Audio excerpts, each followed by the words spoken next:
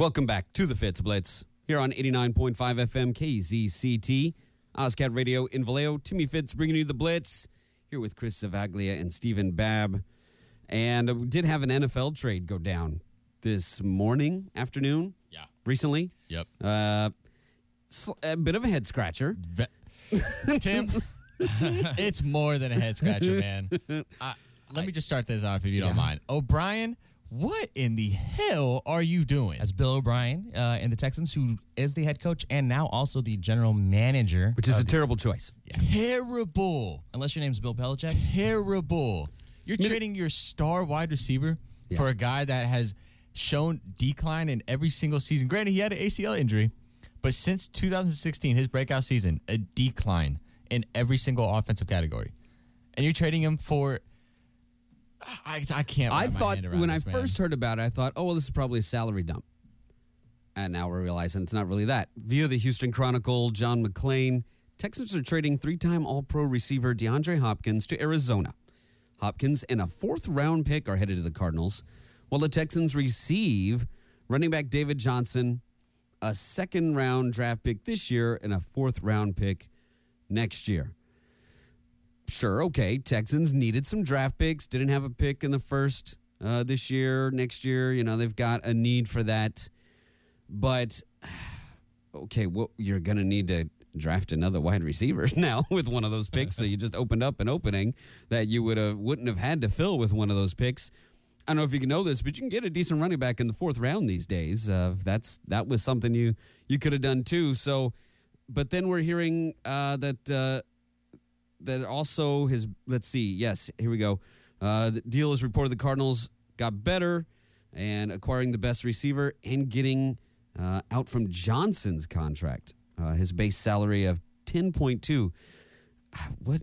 Okay, they paid a running back that isn't one of the recent first-round stars. That much is silly, but I'm puzzled why this one's. I've thought O'Brien to be overrated as a coach, and now we really learn what he is as a GM. Feels like a bit of a fleecing. If you get fleeced. Now, this is an old St. Louis and talking. You get fleeced by the Arizona Cardinals organization. You need to just hand in your clipboard now. Yeah. No, and it's as a 49er fan, like, come on, Bill. And the NFC West was already going to be challenging for everybody involved this coming season. And now it's, the Cardinals, who were at the bottom last year, slowly climbing their way up to the top with this deal. And so they add Thanks him. A lot, O'Brien. They add him to Larry Fitz to go with quarterback Kyler Murray. They're a team that's always had like a ton of slot receivers. Mm-hmm. They picked up what's his face from Miami at running back Kenny Drake. Yeah, placed the franchise tag on him. They like him so much. Yeah. So they're look out, because it was already a defense that was kind of on its way up. Murray, you knew you were going to have to deal with some growing pains, and this will definitely help ease them a little. Without a doubt. I mean, it just baffles me, man. Honestly, I mean, this is such a stupid trade for the Texans. I mean, Brian, I get it, man. You want to be the big kahuna. You want to be the top guy. You want to, throw your 2 cents and everything, but you just got to know your place sometimes. Yeah. And that is a head coach. That is not making moves like this, especially when it's going to be real interesting when Watson comes out publicly and discusses his emotions over this trade. Yeah. It's gonna get a divide in that locker room here real soon. And O'Brien, you're trading away DeAndre Hopkins, a top 2 at the very, very least. I mean, you can arguably be the best one in the league, but you're giving him to a team in Arizona Cardinals that Kyler Murray's on the up, like you guys said, and he's not going to do anything but get better. And you still got Larry Fitz there, and Larry Fitz is definitely going to up his game with Hopkins. Change how many people are covering him. Exactly. Yeah, a lot of pressure off his shoulders. Exactly. What this did for the Cardinals, great for them. The fact that they can swindle like this, an NFL team in this day and age, hats off, man. Hats off. Maybe the Houston Texans think, hey, we got a new CBA that we're going to talk about here on the Blitz, and there's going to be plenty of wide receivers available. They used to have marijuana busts attached to them that with this new drug policy in the new collective bargaining agreement will certainly be a little easier to get around. Maybe Bill O'Brien was sparking up. He's like, celebrating the new CBA. And like, oh, check out what I'm going to do. Yeah. He probably thought that Will Fuller was going to be the next big thing, replacing DeAndre Hopkins. That's his best receiver right now. It is now. So I guess he's got calls going to Martavius Bryant and Josh Gordon. Josh Gordon. They're going to bring those in. So that's what they can do now. But let's talk about this new collective bargaining agreement in the NFL. The couple of the big topic items were, of course, the 17-game season. Sometime between 2021 and 2023, there will be a window there where they work out the scheduling and figure out how to do bye weeks, things like that, where they will add a 17th game to the NFL season. And this CBA runs 10, 11 years. So you're going to be bound into that 17 for a while. An odd number of NFL football games. You feel like this is just the baby step towards 18 games. It's really one of the few things. There were some things involving retired players and their benefits as well that I didn't care for that much, but it's one of the few things I didn't like about this. Okay, you take away a preseason game that a lot of guys weren't playing in who play in the regular season anyway. This adding a 17th game, I know it was a good level of contention for Richard Sherman, for other people who felt this exposes, just another week of injury to these guys. Sure, they get another 1/17 of their salary tacked onto their contract, whatever it was now, when this does kick into effect. Any guys who were still signed then at that point. So it's one of the few things I found was a little weird, going to an odd number of games, Stephen. So did they figure out, because I had originally in like preliminary reports about this, that there was a cap on the game check for the 17th game. Did they figure that out? 1/17. If a guy makes 17 mil a year, he's going to get another mil tacked on. Okay, because before it was a capped at 500,000. Ooh, okay. Yeah, that did not stick, so that's good. Okay, cool. Okay, then that makes it a little bit better, because before, guys, on the pay scale spectrum, guys at the top were not going to be making a full game check, and guys at the bottom were definitely not going to be making a full game check. So at least that's a concession, I think, by the league to maybe soften this blow. I don't see it stopping at 17 games. Yeah. It'll eventually, I think it'll actually eventually probably reach 18, if not 20 at some point. Yeah. That's just, the league wants money. Yeah. The league wants more games. It's all about money. And it's never been about the players. Yeah. Are you concerned at all with how to work in an odd number of games here, Chris? Yeah, it's just, the players are, and the teams really are going to be, okay, how are you going to decide who's more worthy of, say, another home game?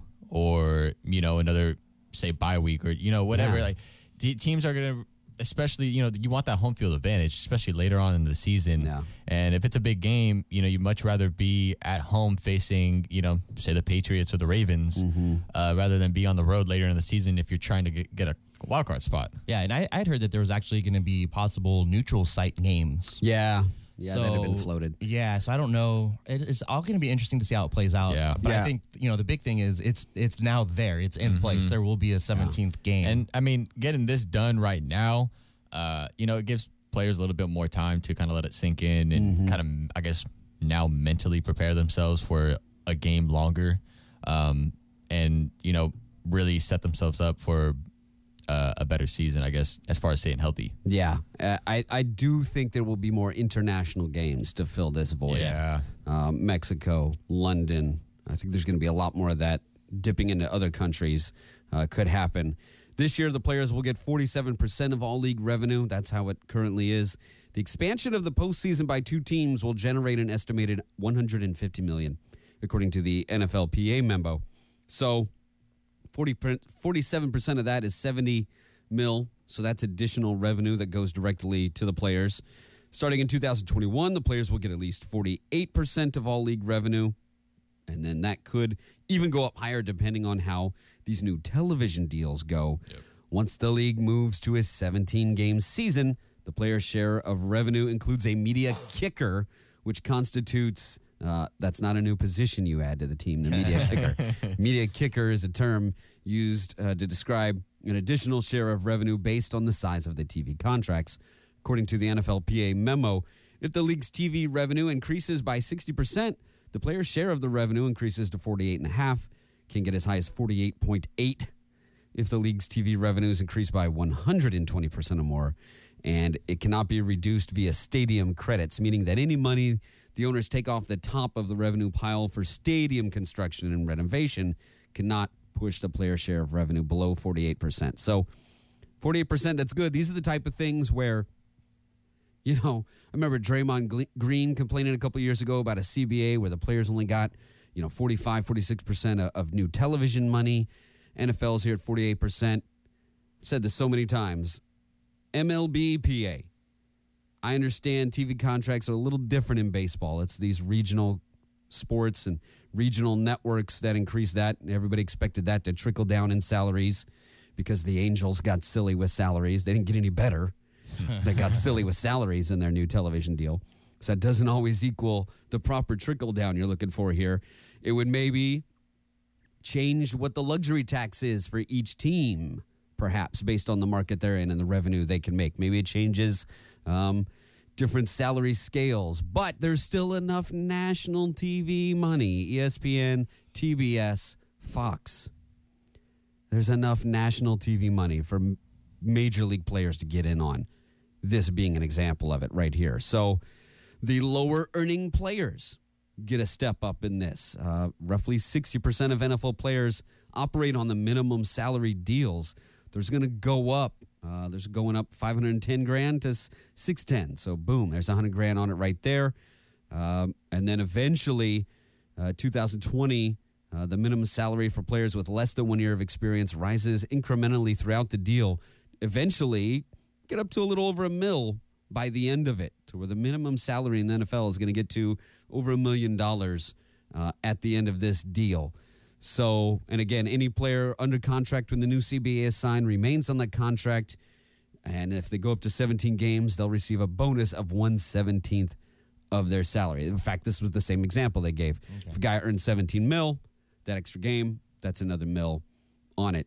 Still no guaranteed contracts. The reason the guaranteed contracts came in the other sports is because players and agents negotiated them. There's no mandate in any league about them being guaranteed. It's just that a precedent was established and they didn't go below that. So that's how it's going to be. Rosters expand by 2, and there's more flexibility with the practice squad. Practice squads go up by a couple as well. A player can be elevated from the practice squad to the now 55-man roster.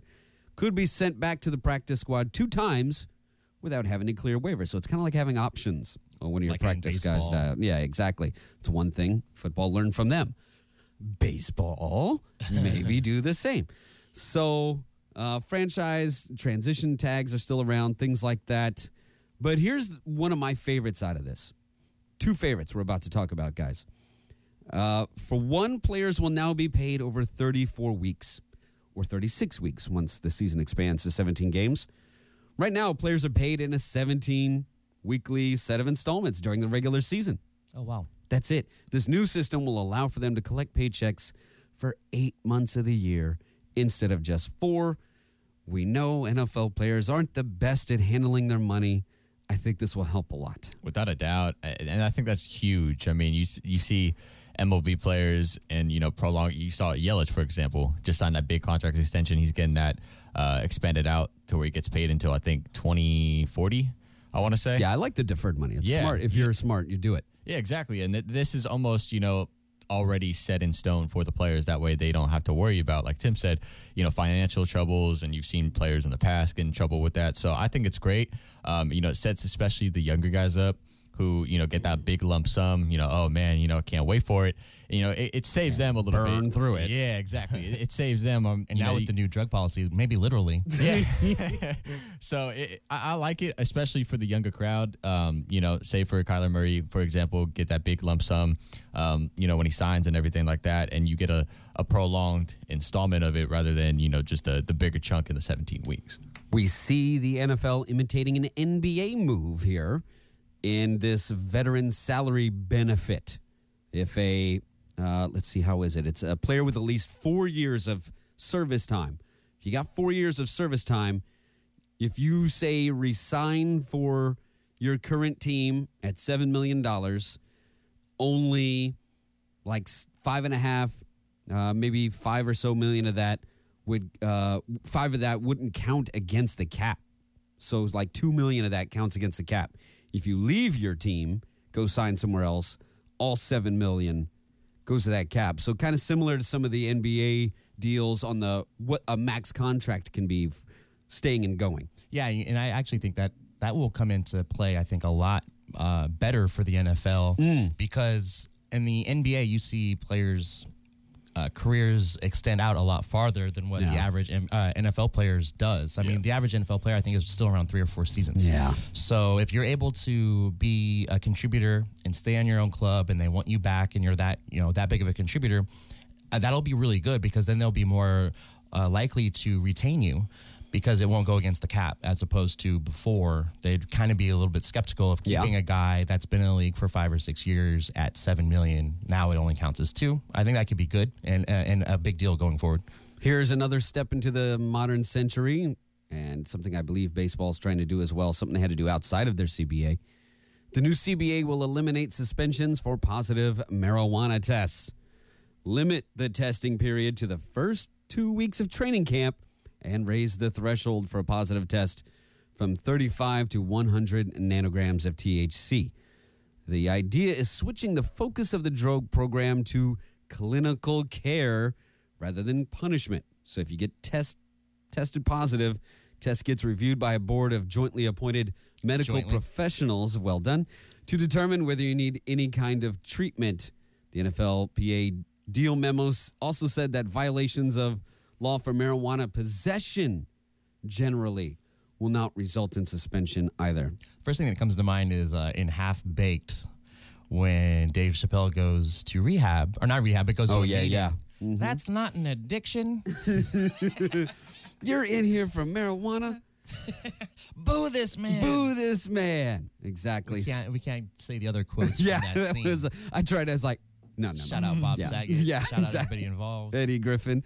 Yeah. And so that's unfortunate that there's a lot of guys in the past who really could have benefited from this, Chris. Yeah. I mean, if you're the two that come to mind off the top of my head, Josh Gordon, that's the number one guy. Sure. First off, and second on Martavis Bryant. Both guys have dealt with season-long suspensions for marijuana possession, marijuana use, failed drug tests, and the fact that it's, from last season, say, they get suspended the 8 games or whatever it was for the first crime. Now it's, we're not going to suspend you in any sort of way. Now it's we'll maybe check you into a care facility, a rehab type thing. If you're Josh Gordon, that's literally what's taken over his career is, other than that, he's been a great guy. He hasn't abused anything else, but it's been the marijuana, and now it's this. He's obviously later on in his career, but imagine if it was younger. If he was younger, it could have been, a Josh Gordon 2.0, a revamp of his career. Yeah. You almost wonder, because I don't know if anybody out there, I'm sure the three of us have, I'm sure, the Stephen A. Smith, stay off the weed gif. Now, stay on the weed. I think of Ricky Williams. Ooh, that's a good one. Think of Ricky Williams. Because he had a lot of actual anxiety issues, mental health issues, and he was using weed to kind of help cope with some of those things. I mean, we've seen, didn't he have a post-game interview with his helmet on, with his face? Yeah, at a spring training preseason game. Because he's that socially anxious to be around other people and kind of have that pressure. So, that's a great call. What would happen to him? And the thing with all this too is, I mean, you see so many players publicly come out after with all this, like, oh yeah, dude, I used to smoke a couple of joints before the game and go on the field just to maybe get in the zone, and it's like, guys were doing this way before. Sativa versus indica, though, you got to be really careful. Yeah, exactly. Post-game indica, pre-game sativa. Yeah, so you have, Steven Jackson, some football players, Matt Barnes. I mean, all these guys saying Marshawn. Marshawn, exactly. You have all these players coming out after they're done with the game. Dude, like Gronk. Yep, all these guys. It got me in the zone. It took a little bit off. That way, it would ease I would the get pain. ease the pain with the pounding I would take every play. So, I mean, I think that was probably taken into consideration with a lot of the decision making to come to this terms of it. Policy on performance-enhancing drugs changes as well. A first failed test for stimulants or diuretics results in a 2-game suspension. First failed test for anabolic steroids will result in a 6-game, and manipulation or substitution or use of a prohibited substance will land a player an 8-game suspension. Second violation for stimulants or diuretics is a 5-game. Second violation for anabolics results in a 17-game suspension. So they've broken it down into various categories of what you could get busted on in a PED too, Chris. So do you guys know off the top of your head what the diuretic suspension was before? Ooh, no, I don't remember. Wasn't it a 4-game as well? I want to say it was 4. Yeah. I want to say it was 4. Yeah. Now going to 2, I mean, you see the suspensions in baseball, you're missing half the season. Yeah. And in the NFL, I mean, granted, it is a 16-game, now 17-game season, but you're only missing 2 games. Yeah. That's, I don't know, man. I mean, you see MLB players getting suspended half. You see, NFL's getting a little loose with this now. Yeah. A little loosey-goosey. Loosey-goosey, man. And that's for the masking agents, for a diuretic and stimulants. They're trying to treat the stimulant a little differently than the steroid. Yeah. That I get. I think I'm okay with that part. But you're right, they have gotten loose with masking agents is usually what the diuretic's used for. Yeah.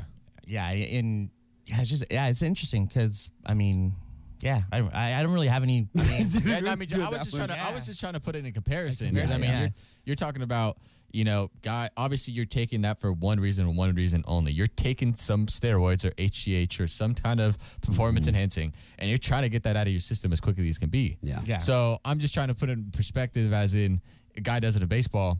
You're missing half the season. You're getting penalized for that. And football, you're getting a 2-game. You're missing a couple games. We'll give you another shot. We kind of suspect, but hey, guess what? This is a practice test. Yeah. We'll give you a real test in a couple weeks. Yeah. And I actually.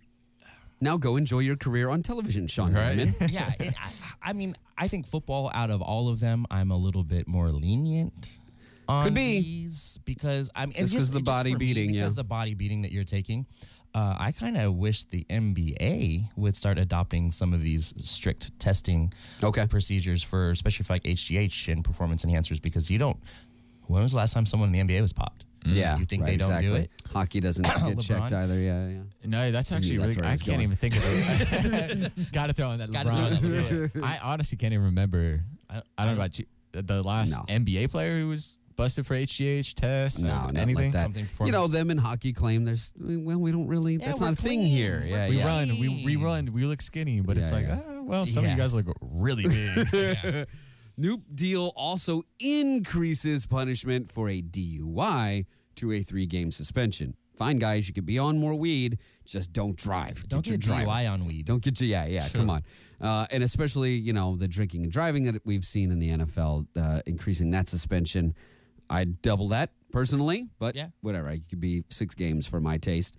Suspended players will now be able to be at the team facility during the second half of their suspension. That's a big one for me. I feel like that's where Aldon Smith kept getting wrong, going wrong, was him being banished away from people who could keep him much more straight and narrow than out on his own in his apartment in San Jose. No, without a doubt. I mean, I think in that case too, you want to go back to what your home is. You don't want to be shunned away from it because that's only going to mess you up, even more. Yeah, exactly. So, I mean, I think that's huge right there. I'd agree with you there too, Tim. And, as a player, I think that's even huge because you find yourself in that situation, you have that, I guess, comfort, that blanket of comfort, like, okay, well, I'll suffer it, I'll be shunned for the first half, but at least they're welcoming me in with open arms in that second half of my suspension. Yeah, I do think that's big, and I think it's big for teams to also step up and really try to take care of these guys on a personal and human level, and not just as an asset on the team, and I think we definitely saw that here in the Bay Area with Aldon Smith on both sides of the Bay and how he struggled and he couldn't get to the facility because he wasn't allowed to go and work out. So he was kind of just stuck on his own. So I do think that's with a big a thing. lot of time to get high. Yeah. I mean, so also this new deal's gonna neuter Captain Judge and Jury Commissioner over here, Mr. I Am the Law. The new deal will provide neutral arbitration for most discipline cases, including personal conduct, policy violations, and the NFLPA memo says the deal carries significant reductions in club fines and on-field player fines. This has been a point of contention among players, felt the discipline and appeals process has been unfair since the people in charge of imposing the discipline have been the ones who hear the appeals. So that won't be the case. But now, one thing that did get stricter was punishment on training camp holdouts.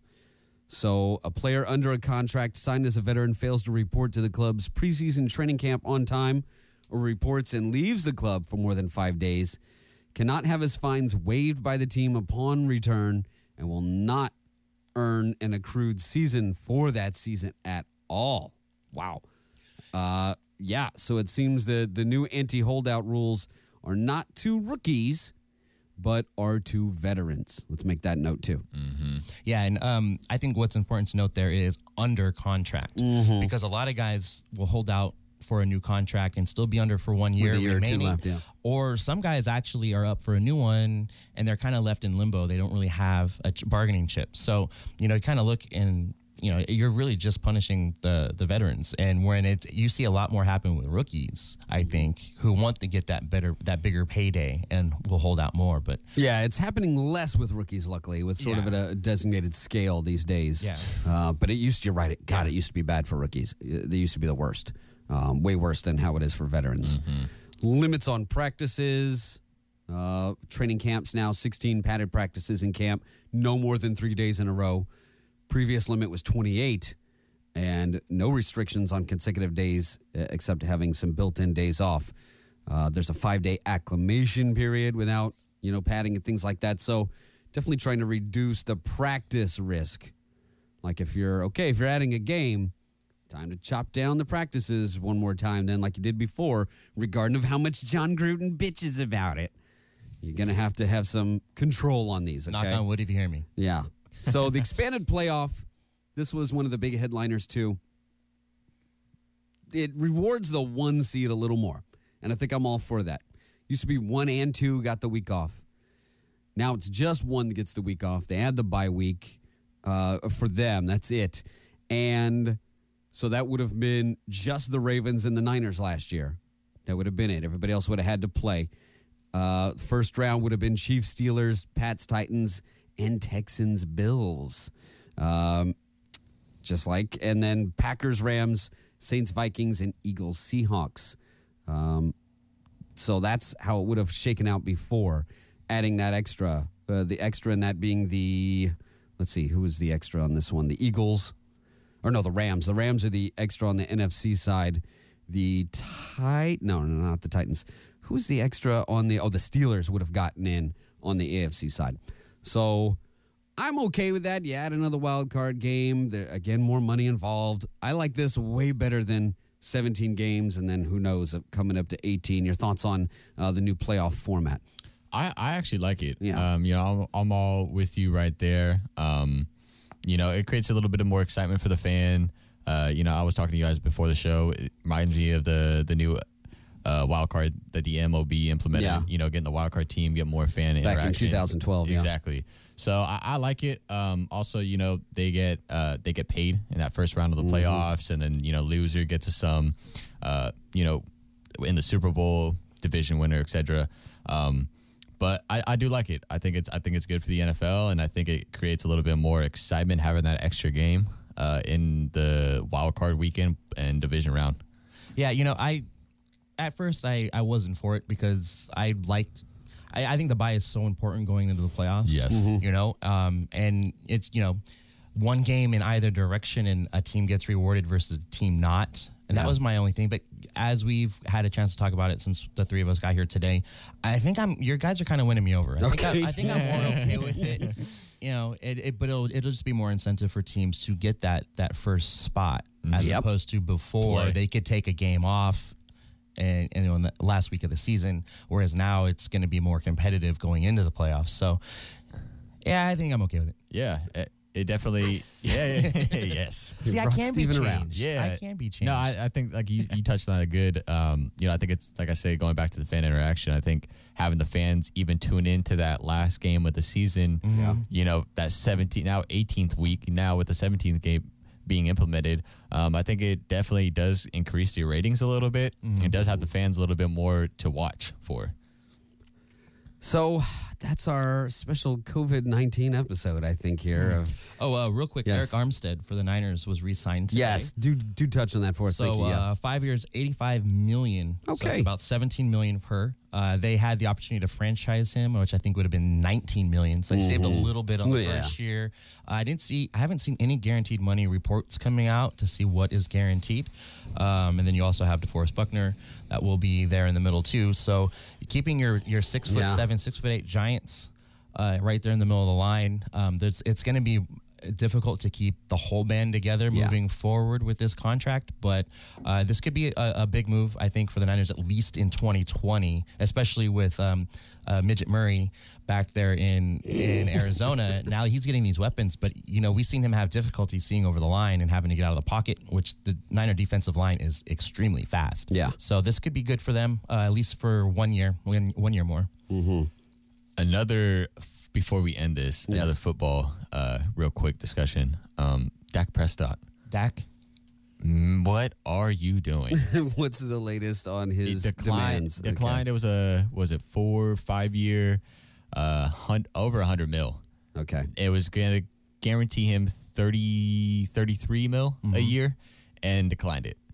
Wow. I don't get that. And he's betting on himself, man. I don't know who his agent is. I don't know what he's Scott doing. Morris sounds like no. He is really taking the high road on this one, and it's really honestly concerning because he is not worth that much money. No, and I think he's looking at Mahomes and what Mahomes' potential is. But I mean, Mahomes could get Curry money, which $40 million per, which is unheard of in the NFL. I mean, just a quick touch on it. He is nothing more than 15-20 at the very most. Gotcha. Okay. Yeah, he's not worth 30. Gotcha. He's not worth top 5 NFL money at a quarterback position. You can factor in the inflation, so maybe he's in the 25 range or 20, something. 25, okay. Get him into 27s. But whenever you watch him, it's like he has these good overall numbers on the air. He's 65%, 4,900 yards, 30 TDs, 11 interceptions. His ratings at 99.7. His yards per games, he averages 300 a game, 306.4. But when you go into the breakdown of his games, you go into his game log and really look at each season for him, and he only excels against the bad teams. It's very skewed to these big games lesser teams, and then these total brownouts, against a decent defense. That's the part that bothers me a little bit. We'll see if things change with new coaching for them. But boy, do they struggle to play up to their competition. Yeah. And he's been part of that mix. And I mean, the Cowboys, I guess, like him enough to put a franchise tag on him. Their first one ever used in franchise history. So it'll be interesting what he plays for this year, and what happens with that. Yeah, I mean, they started out like gangbusters last year, playing the Giants, the Redskins, the Dolphins. Then they go to New Orleans, lose 12-10. His rating is a 73, 223 yards, no TDs, and an interception. His completion percentage stays steady through most of this season. His only bad one is against the Chicago Bears. Decent little defense over there. They lose 31-24 on his 55% day. He does throw for 330, a touchdown, no INTs. But there's these days like this where there's, that underachieving element, especially in a really bad division this year, matched up with another bad division this past year. His negative interception to touchdown ratio days are New Orleans, Green Bay, Minnesota. Okay, he's positive there, but it's a loss. Like, it's still, those are the games they're losing, and those are the games that make me think he's not quite plus 30. He's not the elite. I could give him 28 and be like, yeah, right. Okay, I get it. Factoring in inflation makes sense because he is good overall. He's just not top paid good overall. No. And I think that's where the barrier comes in for me and us. Jaguars made a trade. Calais Campbell. Yeah, to Ravens. Yeah, so that's big. Yeah, that is a big step up for them. How about them turning it into, I think it was 4 and 5 round picks into Marcus Peters and Calais Campbell? Yeah, that team's scary next year. Could be. Yeah. If it all comes together the way it looks like on paper, that team's going to be a juggernaut. Baseball is part of the complete shutdown that's happened to live sporting events. They're even going to let some people linger around the facility. Cardinals are going to have like 20 guys stick around. Nope. I've had to end that. They're talking about how far off they're going to push this. Certainly past April 9th, and trying to get in 162 could be incredibly difficult. The minor league players affected by this are in a tough spot. I'm hoping some of this, kind of like it's pointed to our healthcare system as a whole, maybe points to some of these holes and these flaws and how minor league baseball players are treated with these special conditions now, to where baseball realizes we come out better. Yeah, they've got to make some changes to how they do that. So, yeah, things are on hold everywhere. So, I'm just sort of walking around doing play-by-play of daily life that I see in full Brockmeyer style. So I got to catch up on that too, by the way. Yeah, you need to get in on that show. I got to tell you that. You got some binge time. Yeah. Maybe loosely based on me, in my opinion. I don't know, whatever. You haven't seen it, Steven? No. I watched the first. I watched the half of the first season. Yeah, and, okay. Definitely. Yeah, definitely recommend. Yeah, it was actually an assignment of his because there are actual pointers and sort of real things that happen in there. You're like, oh, that's a broadcaster thing, all right. So keep that in mind, along with just flat out humor. Joe Buck comes in and embraces what everybody thinks of Joe Buck. Yeah. Oh man, I'm late to the party. I'm not IFC, but I think also available on Amazon Prime, maybe Hulu. I think it's on a couple different. Yeah, it's on a couple. Yep. I'll have to check that out for sure. Yeah, highly recommended. Hank Azaria does a bazillion voices on The Simpsons. It's its last season this year, so I watched the premiere, which takes place in a dystopian future of baseball in the year 2030.